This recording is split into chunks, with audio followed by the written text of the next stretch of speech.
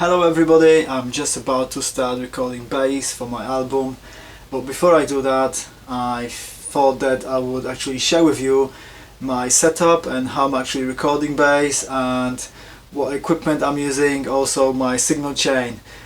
So let's get down to it. First of all, what I'm going to show you is a trick, and actually this is about experimenting, so just have a look. Here I've got my audio interface, but I'm just going to show you before I do that what I've got here on the floor. So let me just get those cables away. This is actually a line 6 floor pod, and it's something I've been using for years, mainly for guitar practicing, but I did used to use it actually even in live situations. It's a really cool piece of gear. And to be honest, for this purpose here, for recording bass, I'm just bypassing the whole effect chain in this pedal, and I'm using this as a splitter essentially.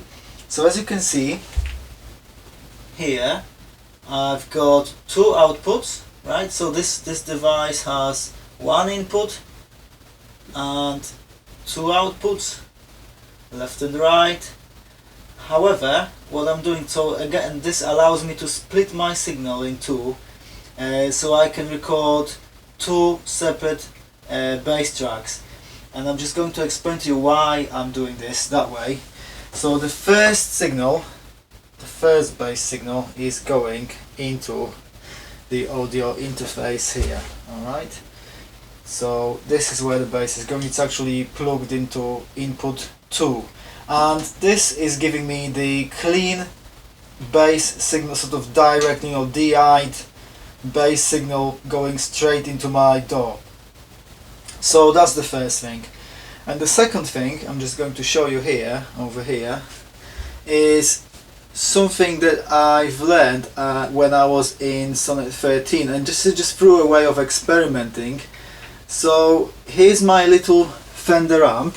Alright, so this is my Fender Rumble 15. It's a 15 watt practice amp actually, and as you can see, I've got this mic'd up with a bass drum mic, with a kick mic basically, and this is a CAD D10 microphone that I've used previously for recording drums.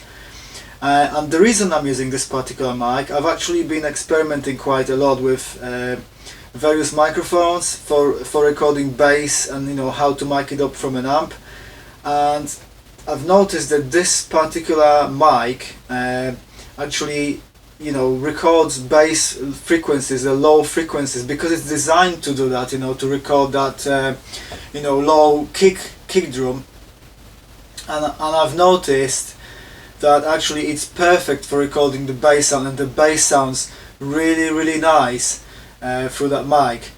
So the purpose of doing it this way is, so when I'm mixing, I've got two separate tracks for the bass, which will allow me for a better mix, I suppose, an easier mix, and I will show you that in maybe another video, what I'm actually doing once the bass is recorded. But essentially I can EQ each track differently.